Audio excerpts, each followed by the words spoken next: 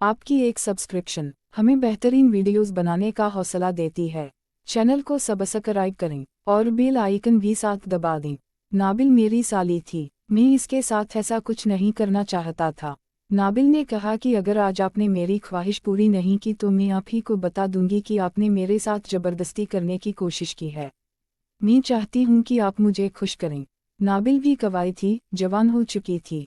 अभी इसकी उम्र 14 से 15 साल थी, लेकिन वह देखने में इतनी खूबसूरत थी कि इसे देखता ही रह जाता। सनम मेरी बीवी थी। मेरा भी दिल था कि मैं भी नाबिल के साथ वक्त गाम उसे खुश कर दूँ। नाबिल अब मेरा हाथ पकड़ा और कहा, शहजाद अब घर में कोई भी नहीं, आप ही भी इतनी जल्दी घर में नहीं आने वाली। मैंने कहा कि आप तुम्हारी कहम है। इसने तो कहा था कि मुझे वापसी पर लेते जाना। मैं जैसे सनम को लेने के लिए आया तो घर में सिर्फ और सिर्फ नाबिल थी। नाबिल इतनी खूबसूरत और जवान थी। वो तो सिर्फ अब चाहती थी कि मैं उसके साथ वक्त गायम की, वो मेरे साथ फ़कत वक्त गुजारना चाहते थे। मुझे नाबिल ने बताया कि आप ही ने तुम्हें मैसेज नहीं किया। शहजाद वो मैसेज मैंने आप ही के मोबाइल से करके डिलीट कर दिया था। अब अम्मी और आप ही तो मार्केट काम के लिए गए हैं। वह तो कुछ देर बाद ही आएंगी, इतनी जल्दी नहीं आने वाली। घर में अब कोई भी नहीं, भाई कॉलेज है, अब वह दुकान पर हैं। अब घर में तो शहजाद था नाबिल, जो कि अब मुझे इतना ज़्यादा मजबूर कर रही थी। अब मैं भी अपने आप पर काबू नहीं पा रहा था। मेरा भी दिल कर रहा था कि बस अब जितनी जल्दी हो सके नाबिल के साथ अपना काम शुरू कर दूं। मैं अब खटिया और बेकाबू हो चुका था। नाबिल तो पहले ही इस काम के लिए तैयार थी। नाबिल ने शहजाद को कहा कि जैसे तुम पहले मेरी आप ही के साथ मुकम्मल खेल खेलते हो, आज मुझे भी इस तरह मुकम्मल खेल सिखा दो। अब जैसा चाहे मैं बिल्कुल बर्दाश्त कर लूँगी। मैंने कहा कि तुम यह सब कुछ नहीं सह पाओगी, तुम नहीं जानती इसमें कितनी तकलीफ होती है। इसने कहा कि ऐसा कुछ नहीं होगा, तुम्हें परेशान होने की ज़रूरत नहीं। इसने इसी वक्त मुझे कमरे में बुला लिया, अंदर से दरवाज़ा लॉक कर दिया। कोई घर में आए ना, किसी को इस बारे में पता ना चले, क्योंकि अब इस घर में कोई भी आने वाला नहीं था। नाबिल, जो कि बहुत ही ज़्यादा खूबसूरत थी और मैंने आज से पहले इतनी खूबसूरत लड़की नहीं देखी थी। मैं जब भी अपनी साली को देखता था तो मेरा दिल खराब होता था। मैं चाहता था कि किसी ना किसी तरह से इसको अपने जाल में फंसा लूं, लेकिन मैं सनम से डर जाता था। सनम मेरी बीवी थी और सनम की वजह से मैं कभी भी अपनी साली नाबिल के साथ ऐसा कुछ नहीं कर पाया था। आज तो जैसे मेरे दिल की ख्वाहिश पूरी हो रही थी। आज तो मैं चाहता था कि नाबिल के साथ अपना दिल के तमाम अरमान पूरे करूं। नाबिल ने कहा कि अब किस बात का इंतजार कर रहे हो। नाबिल के साथ जब मैंने अपना खेल शुरू किया तो नाबिल शुरू में ही बहुत ज़्यादा डर रही थी कि इसे दर्द और तकलीफ़ का एहसास ही नहीं हुआ। मैंने कहा कि तुम तो काफ़ी बहादुर हो, मुझे तो नहीं लगा कि तुम इस तरह यह सब कुछ बर्दाश्त कर पाओगी। इसने कहा, मैंने तुम्हें पहले भी बता दिया था कि मोहब्बत में सब जायज़ है और मोहब्बत में इंसान दर्द और तकलीफ़ बर्दाश्त कर लेता है। और मैंने जब से आपसे मोहब्बत की है, मैंने जब से पहली बार आपको देखा था, तभी मैंने दिल में फ़ैसला कर लिया था, सबसे पहले मैं आपके साथ ही यह खेल खेलूंगी। यह तो मेरी दिल की ख्वाहिश थी।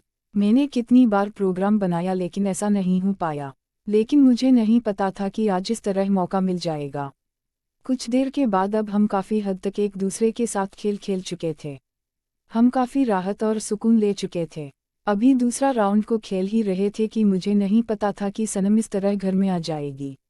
सनम ने हम दोनों को देख लिया। सनम अकेली आई थी। मुझे नहीं पता था कि अम्मी इस वक्त तामसे के घर चली गई थी।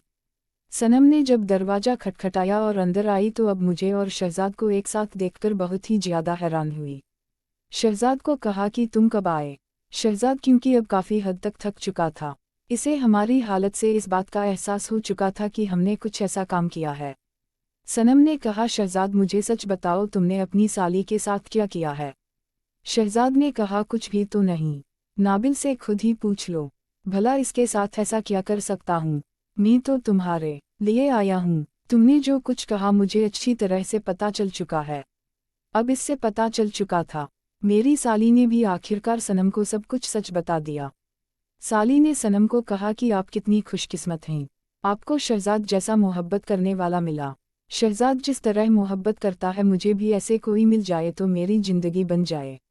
मैं तो शहजाद से मोहब्बत करने लगी हूँ। मेरी बहन ज़रा और मैं काफ़ी दफ़ा एक दूसरे के साथ ऐसा खेल खेलती थी। इसलिए सनम ने इस बात पर किसी किस्म का कोई ऐतराज नहीं किया था। सनम मुझे थोड़ा सा डांटा जरूर था, किसी और लड़के के बारे में मत सोचना, आइंदा जब भी तुम्हें ऐसी किसी भी चीज़ की ज़रूरत हो तो शहजाद के पास आ जाना। शहजाद मेरा शौहर नहीं, आज के बाद तुम्हारा भी अच्छा दोस्त है। मैं बहुत ही ज़्यादा हैरान था। मैंने कभी ऐसा नहीं सोचा था कि मेरी बीवी सनम इतनी कोऑपरेटिव निकलेगी। वह जिस तरह मदद कर रही थी मुझे तो अब इस बात पर बहुत ही ज़्यादा खुशी हो रही थी। मैंने फिर सनम को कहा कि आज मैं तुम्हें लेने के लिए आया हूँ, तुम किसी बहाने से अब अपनी बहन को भी लेकर चलो।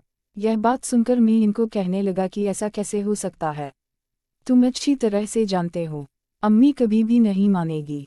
शहजाद ने कहा कि तुम थोड़ी सी बात करो, अगर अब हमारे साथ नाबिल चली गई तो बहुत फ़ायदा होगा। नाबिल और हम सब मिलकर अपनी ज़िंदगी को एंजॉय करेंगे और 1-2 दिन में नाबिल को वापस छोड़ देंगे। जिस पर सनम ने कहा चले मैं कोशिश करती हूँ। अब तो सनम का भी दिल था क्योंकि वह भी बहुत सारी फिल्म देखती थी जिसकी वजह से कई 2 लड़कियों मिलकर एक लड़के के साथ खेलती हैं। वह इस मंजर को एंजॉय करना चाहती थी और इस मंजर को देखने के लिए वह आखिरकार नाबिल को अपने साथ ले गई क्योंकि यहाँ इसने बीमारी का बहाना किया, मुझसे घर के काम नहीं हो पाएंगे, नाबिल को 1-2 दिन के लिए आप लोग मेरे साथ भेज दें। इन्हें क्या पता था कि अब नाबिल सनम और मैं मिलकर क्या खेलने वाले हैं।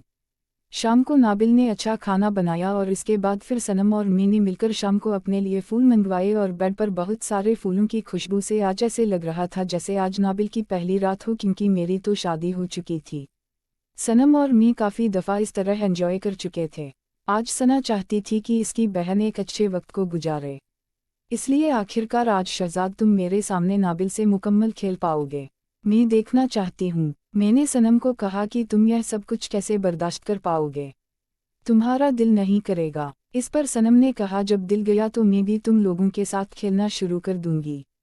कुछ देर बाद हम दोनों ने अपना खेल शुरू कर दिया। नाबिल बहुत ही ज़्यादा खुश थी। नाबिल को अब किसी भी किस्म की कोई परेशानी नहीं, यहाँ तो कोई आने वाला भी नहीं था। नाबिल और मैंने अब अपना खेल शुरू कर दिया था। नाबिल काफ़ी एंजॉय कर चुकी थी। आज तो नाबिल ने सब कुछ सिखा दिया था। आज मैं ज़्यादा मेहनत नहीं कर रही थी, ज़्यादा खेल तो नाबिल ही खेल रही थी। नाबिल को आखिरकार सनम ने कहा कि तुम्हें अच्छी तरह से खेलना तो आ चुका है, थोड़ी देर के लिए तुम रेस्ट कर लो, मैं शहजाद कुछ देर खेल लेते हैं। जब शहजाद और मुझे असल ने खेलते हुए देखा तो वह कहने लगी आप तो सच में काफ़ी अच्छा खेल लेती हैं, आपको तो वाकई ही इस काम का काफ़ी तजुर्बा है। जिस पर नाबिल ने कहा कि अब मैं भी आप लोगों के साथ खेलना चाहती हूँ। नाबिल क्योंकि खूबसूरत थी वह काफ़ी बर्दाश्त नहीं कर सकती थी। कुछ देर के बाद मैं थक चुकी थी, अभी मुझे भी इतनी ताकत नहीं थी कि मैं मजीद खेल पाऊं। तो इसी वक्त बड़ी एलसीडी हमारे कमरे में लगी हुई थी, तो सनम ने जाकर इस मुंह पर मूवी लगा दी। नाबिल देखकर बहुत ही ज़्यादा हैरान हुई क्योंकि वह अजीब सी मूवी थी। नाबिल ने कहा कि आप भी ऐसी मूवी देखते हैं। मैंने कहा हम ऐसी मूवी देखते हुए तो अक्सर अपने स्टेप को दोहराते हैं। मैंने जो कुछ भी सीखा है ऐसी मूवी से ही तो सीखा है। शहजाद और मैक्स मूवी देखकर यह तो काफ़ी अच्छा खेल पाते हैं। इसके बाद जब भी थोड़ी सी भी वक्त मिलता तो उसके बाद हम खेलना शुरू कर देते। नाबिल भी अब अच्छी तरह से इस काम के लिए तैयार हो चुकी थी और वह भी यह खेल मुकम्मल करना चाहती थी। अब नाबिल ने कहा कि मैं दूसरी तरफ से भी खेलना चाहती हूँ। नाबिल को मैंने कहा कि अब यह ऐसा काम मत करो, लेकिन नाबिल ने कहा कि कब दोबारा मौका मिलेगा। आखिरकार इसने फिर मेरा इम्तिहान लिया और मुझे इसके लिए उकसाया। मैंने फिर सनम के कहने पर आखिरकार इसकी बात मान ली। सनम ने भी इस काम में काफ़ी मदद की और इसके बाद नाबिल मुकम्मल तौर पर इस काम के लिए तैयार हो चुकी थी। अब इसे काफ़ी हद तक खेलना आ चुका था। 2 दिन गुजरने के बाद घर से कॉल आई, नाबिल वापस जा चुकी थी। नाबिल अब कभी कभी महीने में 1-2 दफ़ा हमारे यहाँ आती है तो हम मिलकर खेल लेते हैं, नहीं तो अब हम ज़्यादा देर नहीं खेलते। इस खेल को